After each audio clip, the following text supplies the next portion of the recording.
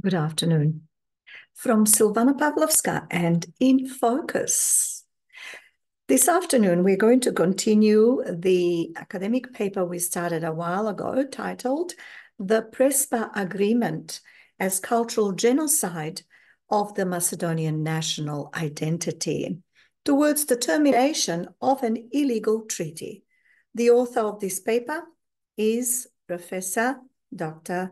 Igor Yanev. And we are going to now continue with the next section of chapter 4, which is 4.4. I beg your pardon, 4.3, the Prespa Agreement, Tirana Platform with bilingual reform and the impact of harmful treaties to possible dissolution or disintegration of Macedonia, a destiny of former Yugoslavia, or beyond the derogation of national identity.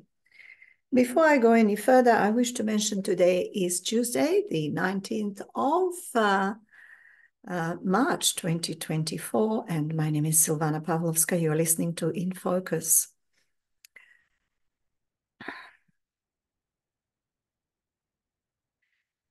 I'm going to read from the actual printed copy of the text, so please bear with me.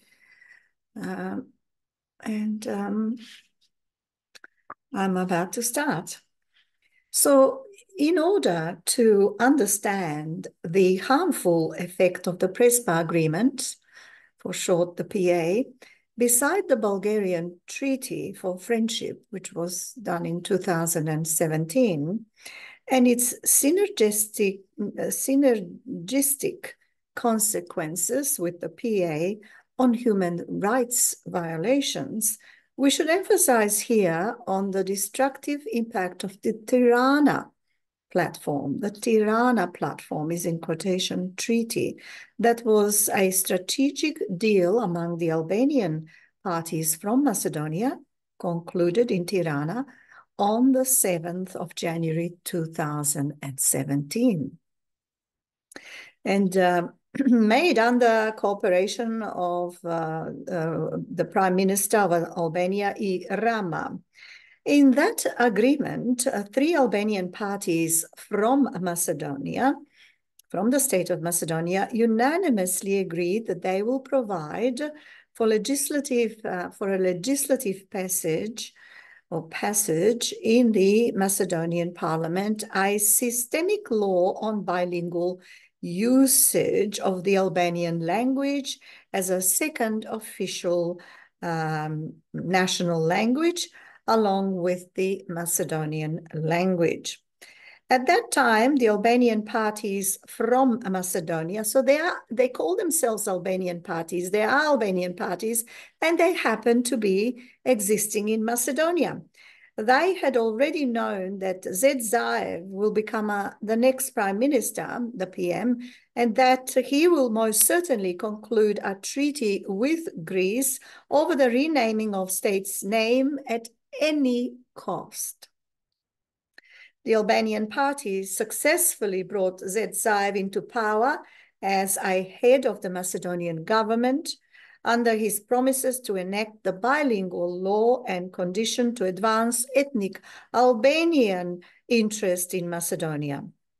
After Zaev, in June 2017, after he became the prime minister, he had to realize the enactment of the promised law in favor of the Albanian minority, who, as we said, installed him as the prime minister in the state of Macedonia and basically demonstrated that he is a dependent person on foreign influences, writes Professor Igor Yanev. Coalition Zaev's partner in the new government, that is the DUI, that's the Albanian party, had pushed Zaev's Socialist Democratic Party, or SDSM, headed government to pass that fundamental law in parliament. And that happened despite the objections of all legal and constitutional experts. The PM, Zaev, let's have a look, 143, yes, we are on the right page. So the Prime Minister Zaev and his government had passed conditionally the law on the 18th of November 2017. So the law was passed on the 18th of November 2017 with the promise given to the members of parliament to send the law to the Venice Commission for the final check and future corrections of the act if needed. The Venice Commission, on the other hand, with the respect of that law, found insufficiency of the legal grounds for the law in the constitutional framework. Zaev had been apparently blackmailed by the Albanian parties and acting as dependent person, in fact, as an agent. Under his decision, SDSM government passed a bilingual law against all the public and people's will and under protests of opposition in the parliament for voting only with simple majority. The result was 66 for and 41 against. Constitutional experts suggested 2/3 majority for the process, since the question was related to the constitutional matter that required qualified majority. After the enactment of the law, contrary to his initial promise that he will respect the decision of the Venice Commission, Zaev had broken that promise and didn't make any changes in the law, giving Albanian populations in Macedonia entirely new legal status under the Macedonian constitutional law. It should be noted that Zaev's coalition was largely based on the Tirana platform deal of 2017, in which Albanian parties, coordinated by the Albanian Prime Minister, this is the country of Albania's Prime Minister, Irama, a foreign country. Oh dear. Yeah. So I shall repeat this sentence again. It should be noted that Zaev's coalition was largely based on the Tirana platform deal of 2017, in which Albanian parties, coordinated by a foreign power, the prime minister of a foreign power, set forward their demands and the law on the usage of the Albanian language as a second official national language in Macedonia. Venice Commission found that the law goes far beyond the limits provided in the Macedonian constitution. Nevertheless, the Macedonian Deputy Prime Minister, ethnic Albanian Bujar Osmani from DUI party, who defended unsuccessfully the law before the Commission, said that the bilingualism law will remain intact, despite the opinion of the Venice Commission. Unbelievable. Unbelievable. This is me, Silvana, saying unbelievable, not Professor Dr. Igor Janev. As a result of the forceful imposition of that legislation, the United Macedonian movement arose against illegal creation of the second nationality, transforming minority into people nation, obtaining statehood capacity under the Macedonian constitution. At the end of 2017, after the process in the parliament ended, the president of the Republic of Macedonia, G. Ivanov, had explained why he refused to sign that bill on languages to become effective law of the land. He said that, and we quote, "The way in which it is written, the law on the use of languages would completely block the work of our institutions. There is almost no article in that law that doesn't violate some article of the Constitution of the Republic of Macedonia. It was adopted in the parliament in violation of its rules and procedures," end of quote. And he also added, quotation, "The Macedonian language is a lingua franca of the country, which helps members of different communities understand each other. It is part of our societal contract. Our force is in our diversity, and our diversity is guaranteed by the unity we have. An expression of that unity is the Macedonian language. If this unconstitutional law is put in effect, then the Macedonian language will cease to be the lingua franca uniting the Macedonian society. End of quote. Remarkably, Albanian parties within the Republic of Macedonia, well coordinated, had a strategy for that situation by veto by the president too. First, the law was adopted with simple majority by the parliament, and then blocked by the president G. Ivanov, and then was voted and adopted with simple majority for the second time. That is again in the Macedonian parliament, according to the constitutional procedural requirement in the case of President veto, and President Ivanov again refused to sign it after the second round of voting and adoption.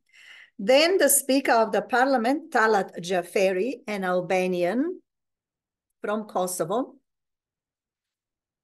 with alleged criminal activities and offenses, Talat Jaferi has been announcing he will sign the law if Ivanov continues to refuse to do so, even if by doing so, Jaferi as a speaker would breach the constitution, acting in violation of his jurisdiction. Finally, the Speaker of the Parliament did so. So he did it. Jaferi did it. We know that he did it, and had signed the law despite its illegal character. And then he, as the speaker, instead of the president of the country, sent it to be published in the official bulletin in order to enter it into force. I mean, this is just ludicrous, isn't it? Silvana providing a commentary now. I mean, where does this happen? Where does this happen in the world for a speaker to be making, laws and doing things that are against his power, against the jurisdiction given to that position?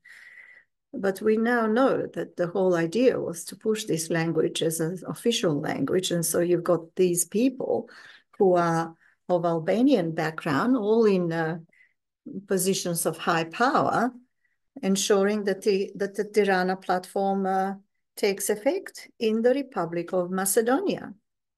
Would the Americans allow that to happen? Would the UK and Britain allow that to happen? Would France or Germany or Italy or Greece even allow that to happen? What do you think? After the publication of that act in the official bulletin, it indeed became the law of the country. It was a clear example of an ultra vires act committed by the Speaker of the Parliament. The relevance of this cause with an illegally imposed bilingual law to the Prespa agreement process is that the same scenario happened when the President of the Republic of Macedonia, Ivanov, refused to sign that bill, including constitutional changes. Ivanov admitted that he was under strong pressure to sign it and commented, quote, "I won't be intimidated," end of quote. Then again, the Speaker of the Parliament, Talat Jaferi, the Albanian from Kosovo with a criminal record, had signed the bill, despite the constitutional requirement that such laws and constitutional changes must be signed only by the president of that country or state. The official bulletin published it in order to enter it into force after Talat Jaferi sent it to the bulletin for publication. Apparently, the Speaker of the Parliament, Talat Jaferi, demonstrated a flagrant criminal behavior and laws and constitutional changes needed, in fact, to be nullified by the Supreme Court. Remarkably, due to judicial composition of the Supreme Court of basically party system elected judges, neither in the case of the bilingual law nor in the case of the Prespa agreement, the Macedonian Constitutional Court didn't react properly to nullify the law or the constitutional changes or procedures or amendments related to the Prespa agreement that were results of ultra vires acts. In both cases, bilingual law and the Prespa changes, all Albanian parties were united in making or in applying pressure to the lawmakers and the President Ivanov personally. And on the other side, we also noticed that all pro-Bulgarian elements in Bulgaria, including a father of the Minister of Foreign Affairs, Nikola Dimitrov, who signed the Prespa agreement, sociologist Professor Dimitrov, supported the Prespa agreement and the constitutional changes for renaming the country and the nation.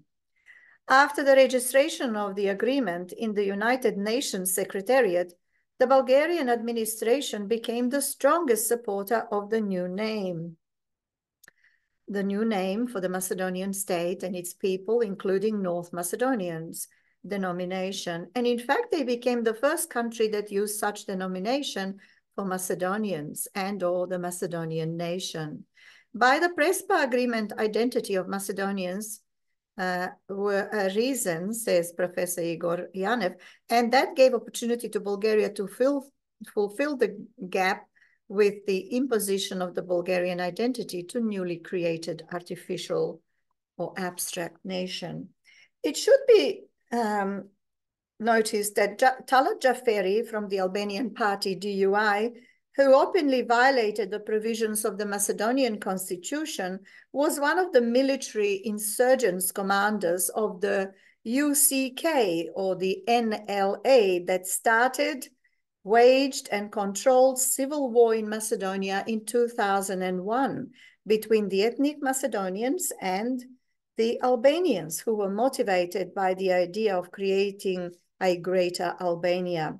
The 2001 insurgency in Macedonia was an armed conflict which began when the ethnic Albanian National Liberation Army, UCK or UCK in Macedonian militant group, formed from the veterans of the Kosovo War and the insurgency of the Federal Republic of Yugoslavia.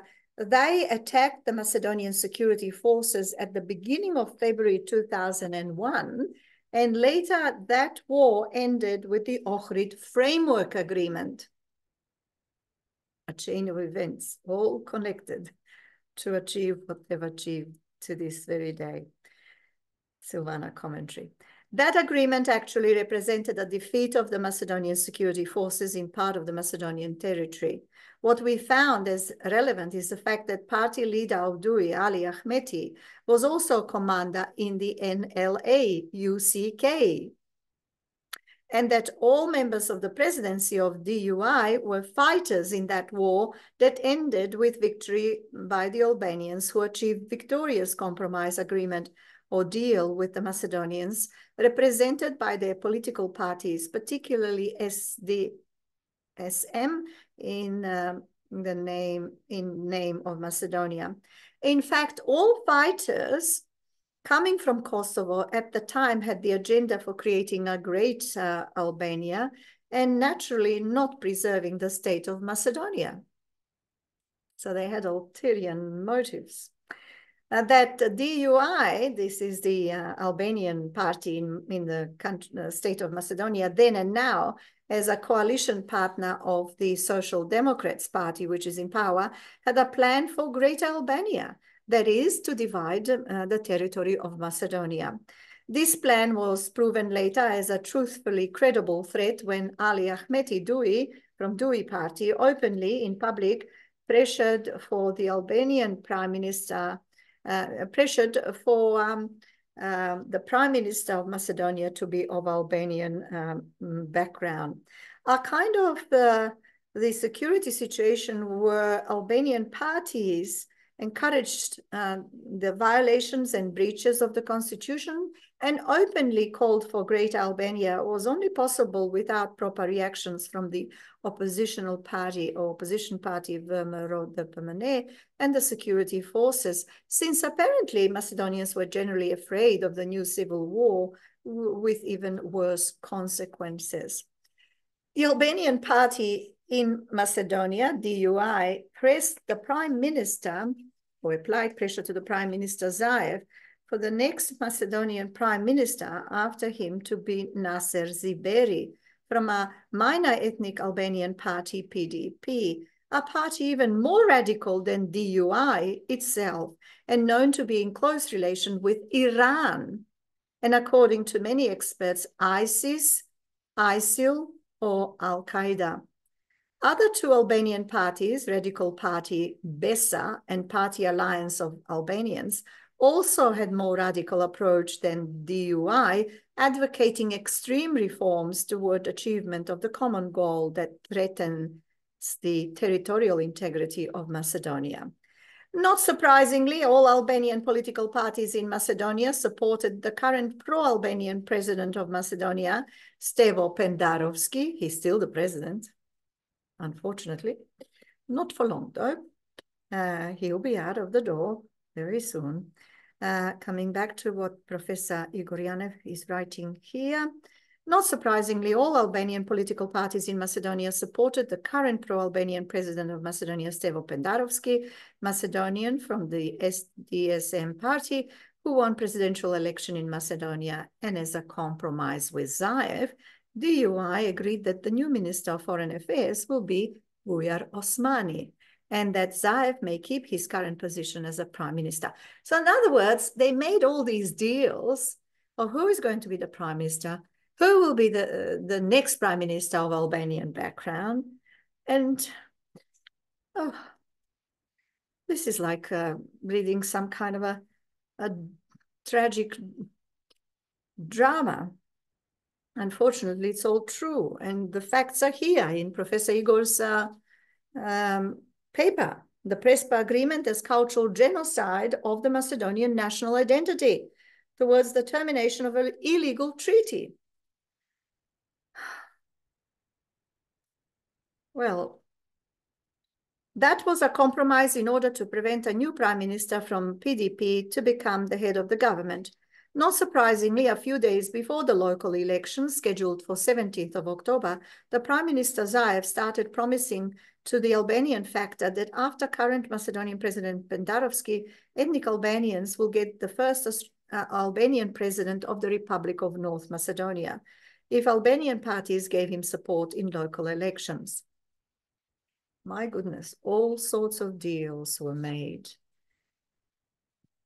for self-interest. So promises were made that to the Albanian parties that they will get an Albanian, ethnic Albanian from Macedonia to be the next president of the Republic of Macedonia. If the Albanian parties gave him support, Zaev, the then prime minister, gave them that promise. He was trading with the state, with the people, knowing well that it was against the people's will, it was against the constitution, detrimental to the country and the region, mind you, the Balkan Macedonian Peninsula. Not surprisingly, Bulgaria is the second most influential Macedonian neighbor and factor in actual control of the Socialist Democratic Party, backed Zaev's decision with respect to bilingual law, along with the strategies for disintegration of Macedonia publicly presented from ethnic Albanian parties. The Bulgarian government in 2017, after the conclusion of Tirana deal, that is the Tirana platform, as they call it, predicted that Macedonia under future government will disintegrate and that Albania with Kosovo will take the western part of the Republic of North Macedonia so that their diplomacy may act promptly after the inauguration of Zaev in order to secure that in the case of future succession and division of Macedonian territory, Bulgaria will take the central and eastern part of Republic of Macedonia. Most alarming. Zed Zaev assumed office as the prime minister at 31st of May 2017, and his first international decision was to sign the treaty for friendship between Macedonia and Bulgaria. He didn't waste any time, did he? Despite the fact that Bulgaria didn't recognize the Macedonian language. The Bulgarian strategy was aimed to place a bit aimed to place, a bit later in time, special conditions related to the identity, but only after the Prespa agreement was finalized and the Macedonian admission to the EU actually was put on the agenda. Bulgarian plan was to fulfill the gap of the national Macedonian identity. Once the Prespa agreement nullify or delete the most of it. As predicted, the Prespa agreement didn't explicitly regulate the matter of language, except for the fact that all national adjective needed to become north-sized, and in that treaty, language of Macedonians basically was left to be additionally redefined by Bulgarian treaty-based conditions for the EU. What seemed to be a compromise in the Prespa agreement in favor of the second party, that is not specified provision for language, was in fact well-coordinated item matter between Greece and Bulgarian diplomacy, so that the national language eventually will become Bulgarian language after the final compromise act with Bulgaria. So the gap is in quotations, the gap of national identity had to be entirely fulfilled by the Bulgarian national identity, transforming artificial North Macedonians once again. For that reason, the Bulgarian diplomacy was silent for a reasonable period of time, and suddenly in October 2019, after the PA registration in the United Nations, they revoked the Bulgarian treaty from 2017 and based it on a new set of conditions that needed to be fulfilled in order for Macedonia to obtain a date for starting the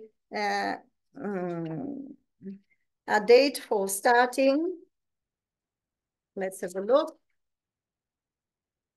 We are moving on to the next lot, starting negotiations. So here we go. The fact that Macedonians let's go back to the last sentence, which is, so the gap of national identity had to be entirely fulfilled by Bulgarian national identity, transforming artificial North Macedonians once again into some other, into the Bulgarian. For that reason, Bulgarian diplomacy was silent for a reasonable period of time, and suddenly in October 2019, after the Prespa agreement, registration in the United Nations, they revoked the Bulgarian treaty from 2017 and based it on new set of conditions that needed to be fulfilled in order for Macedonia to obtain a date for starting negotiations with the European Union. Wow, lots of ultimatums here, lots of bribes. In that light, previously adopted bilingual law actually served as an element for further destabilization and destruction of the Macedonian identity, especially taking into consideration that after the Prespa agreement, the ethnic Albanians refused to declare themselves as North Macedonian. Isn't that interesting? The ethnic Albanians in Macedonia refused to declare themselves as North Macedonians or even as the citizens of North Macedonia. Therefore, we may derive that Bulgarian government found useful and apparently powerful ally in the Albanian factor in Macedonia. And in my opinion, according to Professor Igor Yanev, in my opinion, Bulgarian and Albanian states most probably achieved a sort of a non-formal or secret agreement or deal for territorial division of the Macedonian state and territory and land.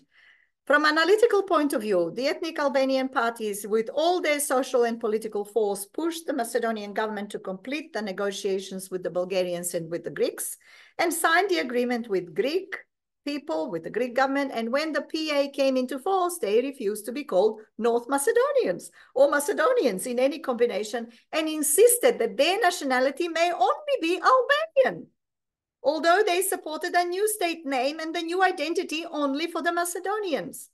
Exactly the same situation and Albanian behavior we may observe in the present negotiation process with Bulgaria and their extreme demands.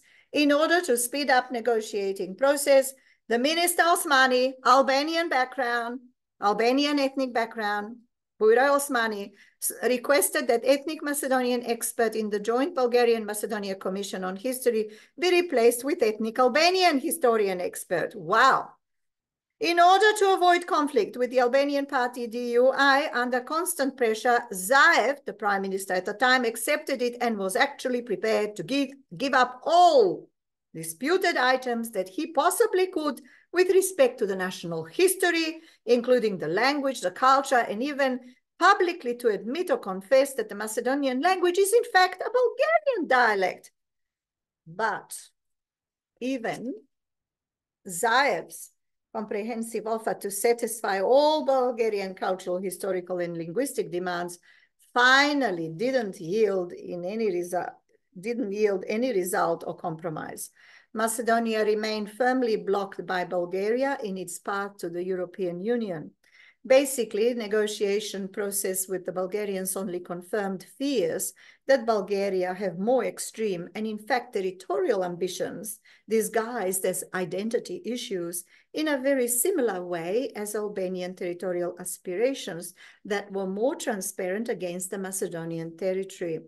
Namely, from time to time, ethnic Albanian politicians in Macedonia as their final goal. It appears that, namely from time to time, ethnic Albanian politicians in Macedonia as a probe balloon place their strategic idea, especially in their media in the Albanian language, related to federalization or confederalization of Macedonia as their final goal. So they wanted to divide the country and get a greater proportion of the land. It appears that these real threats didn't concern the then Prime Minister Zaev, who in his style tried to make a joke of it and commented that he's not afraid since we are in NATO. End of quote. In conclusion, says Professor Igor Yanev in his paper, The Prespa Agreement as Cultural Genocide of the Macedonian National Identity, published in 2023, in conclusion, the negative consequences of the Prespa Agreement transcend the mere human rights violations and the rights of the state mentioned, such as sovereignty, independence, and non-interference in domestic jurisdiction. And as we have explained here, that wrongful treaty affects the national security and the very existence of the state itself.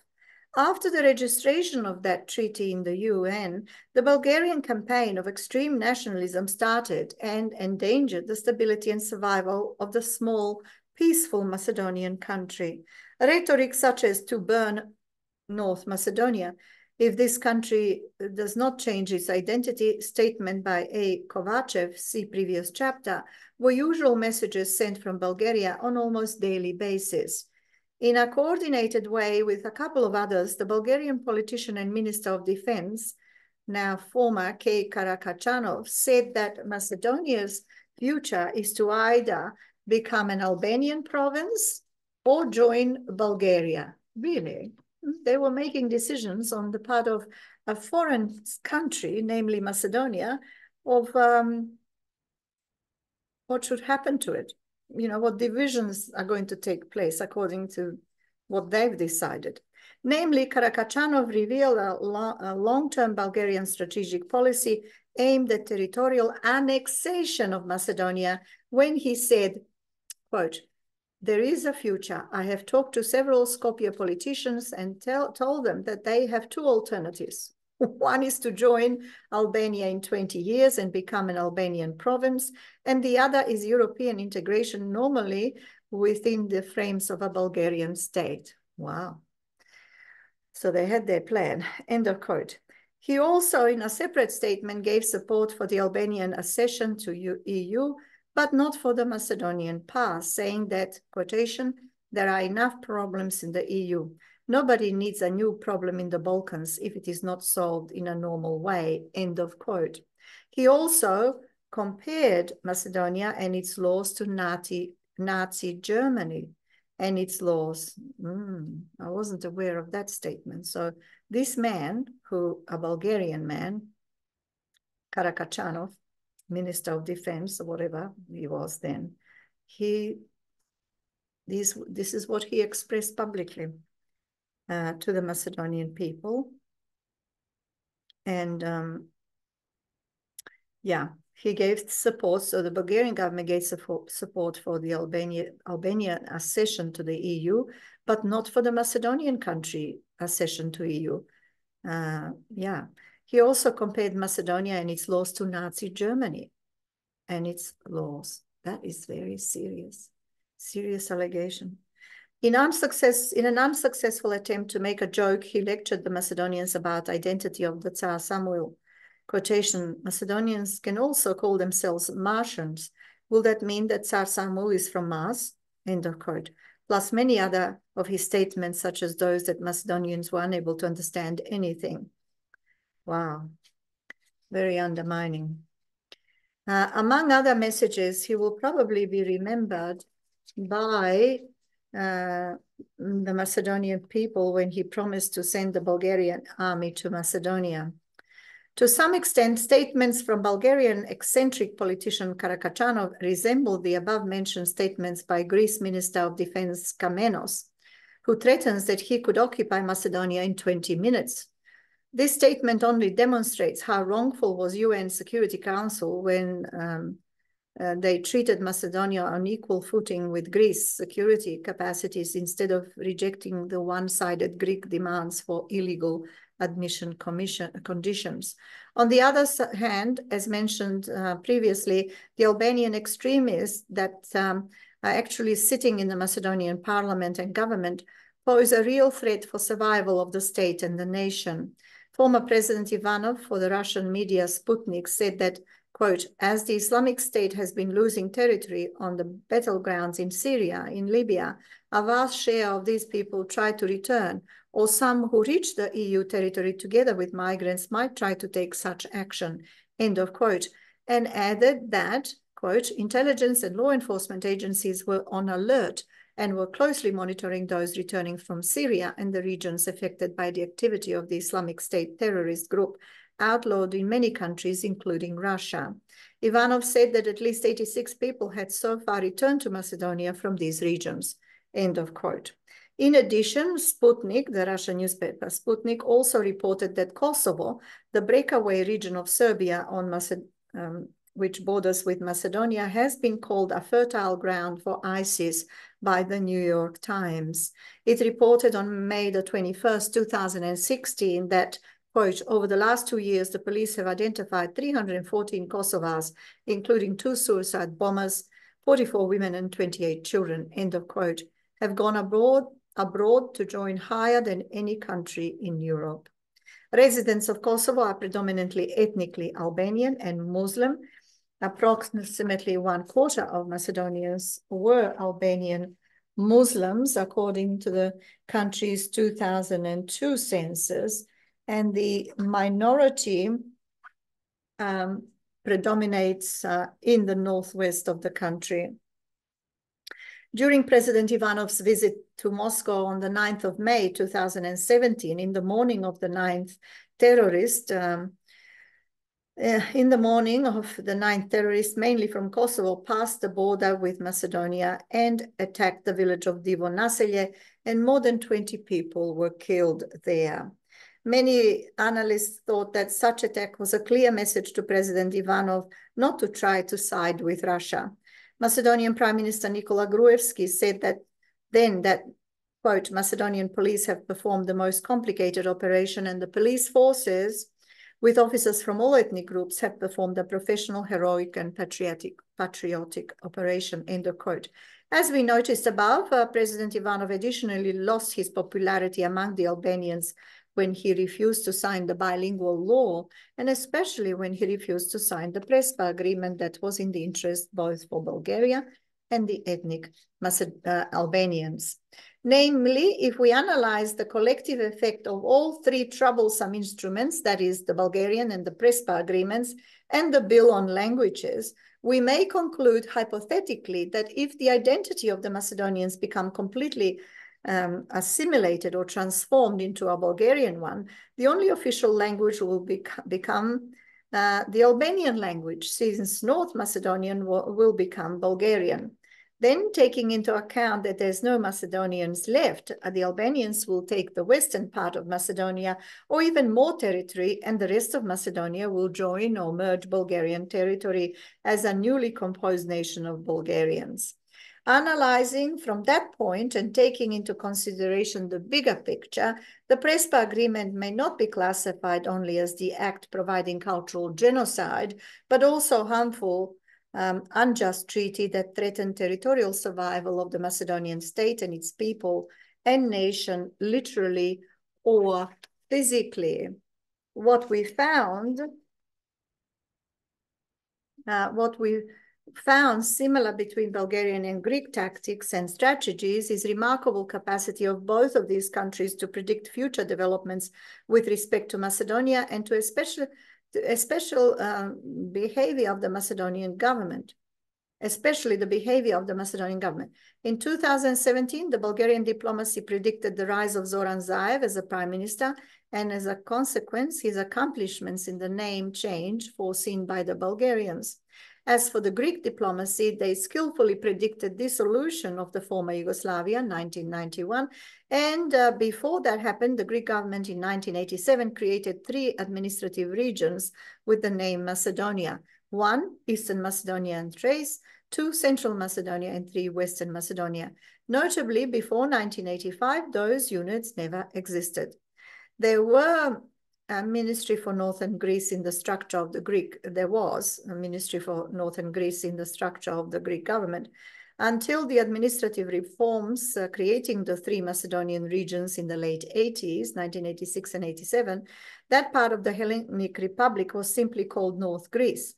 So the Greek government foresaw that after the dissolution of Yugoslavia, one part called Republic of Macedonia will become an independent state and could endanger their cultural and touristic monopoly on ancient history. As a reaction to that future development, naturally, the Greek government decided to change the name of their administrative provinces and try to monopolize ancient part of history, and particularly Alexander the Great as exclusively a Greek national.